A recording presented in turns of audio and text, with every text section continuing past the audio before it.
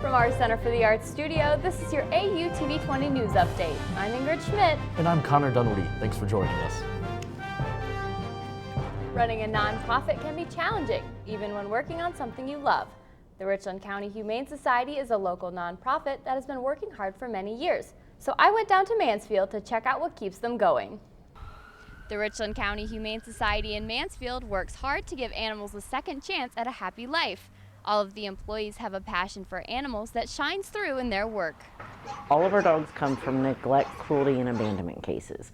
So the dogs are brought in by the humane agents. Very rarely we will take owner surrenders. That's just if we have space available.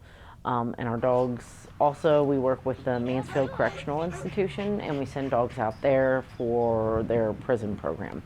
Our cats are stray or owner surrender. We take those as we have space available. We are a business, but we're here for the animals, and a lot of people think, oh, the Humane Society, if we take a cat there, they're just going to put it down. And we want people to know that we are a no-kill shelter. We don't kill for space. We don't euthanize, unless the animal is mentally or physically unable to, be alive. The Humane Society was almost forced to shut down last summer after taking on a hoarding case involving 80 animals.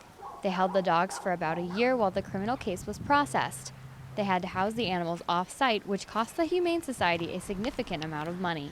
That drained us a lot, and it's very difficult to get that back when you're in a donor-based organization, because it's always like you're scrambling to just break even.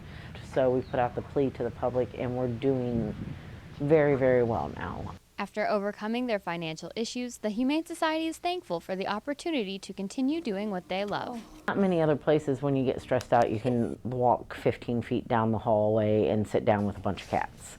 So your stress relief is pretty close by. My passion has always been dogs and cats and all the animals, so this has kind of just fit in my life really well.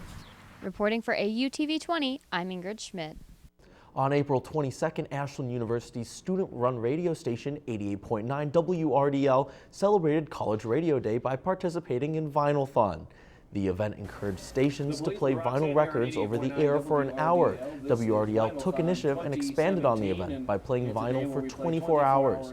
Collections were pulled from station archives and personal collections of the DJs.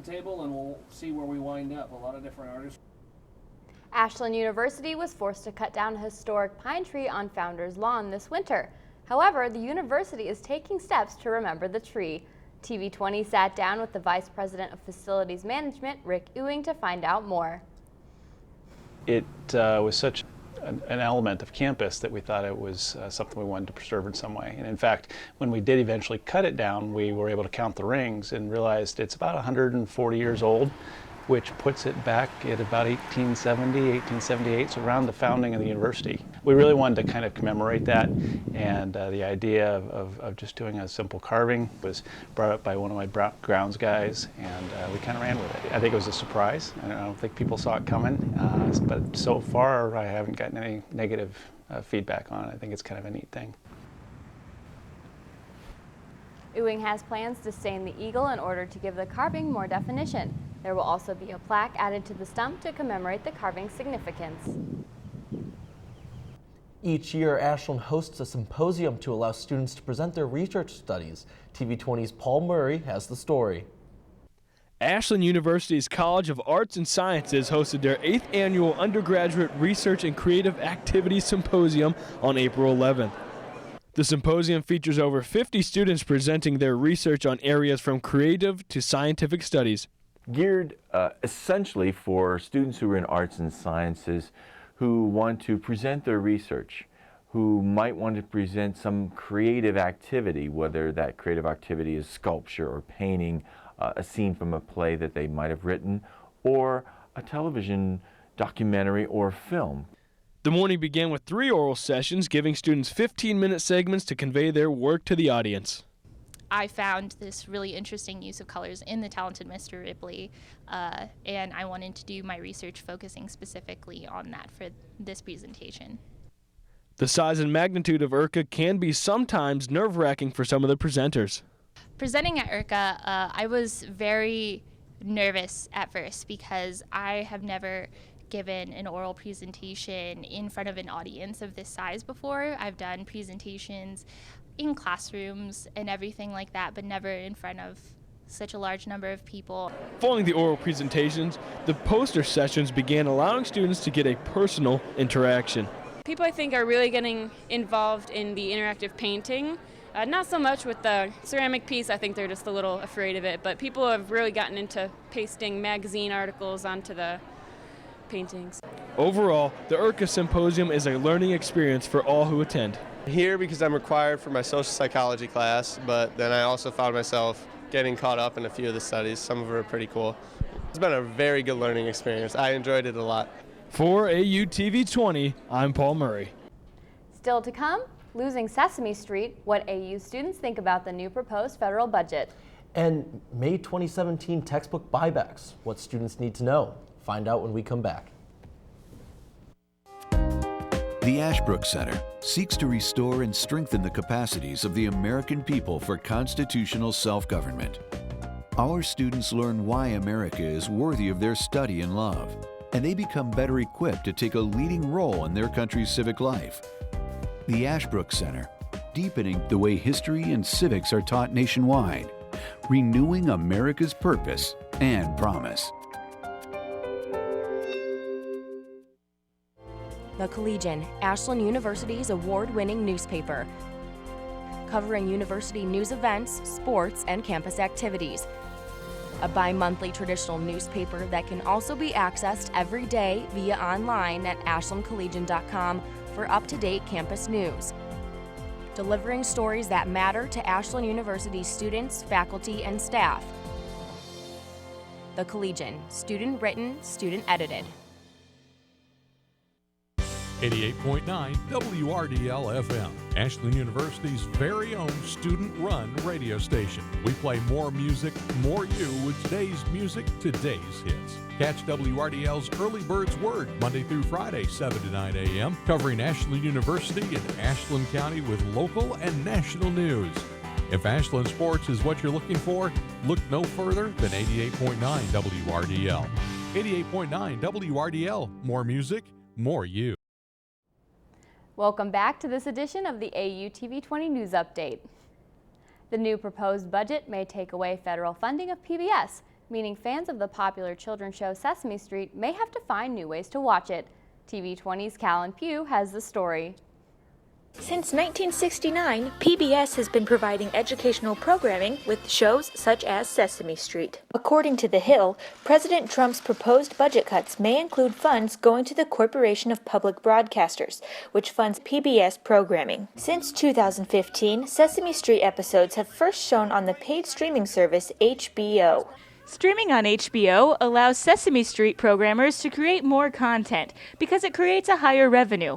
But some AU students, like education major Dana Thomas, worry that if PBS goes away, kids won't have educational programming. I think it's important that kids have access to PBS because you have important shows on there like Sesame Street that's teaching them about language. Other AU students, like Lizzie Fumfgeld, aren't worried about PBS programming going away.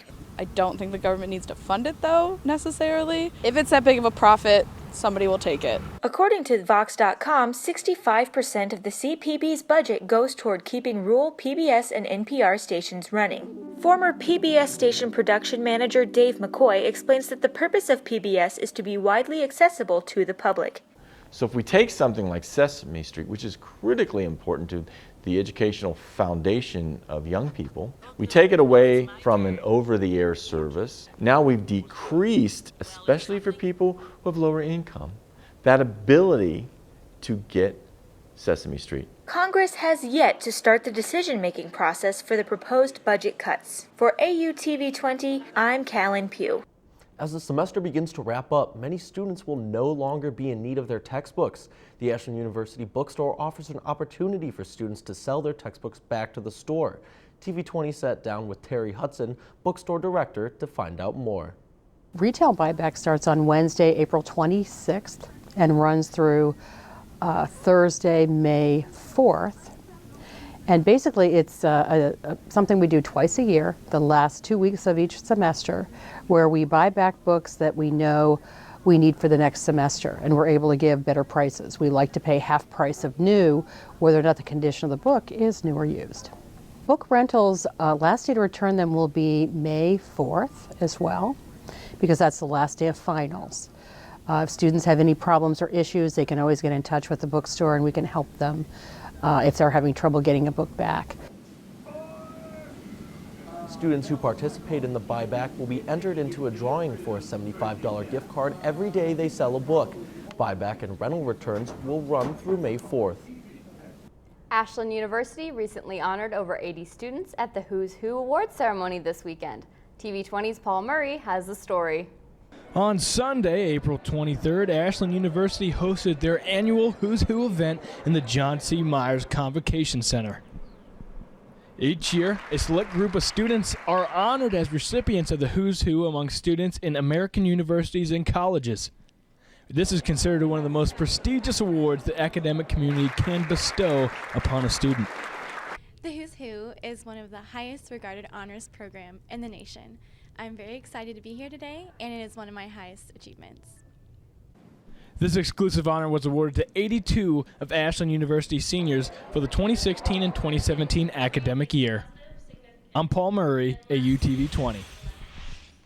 Tune in every weekday morning from 7 to 9 to the Early Bird's Word on 88.9 WRDL.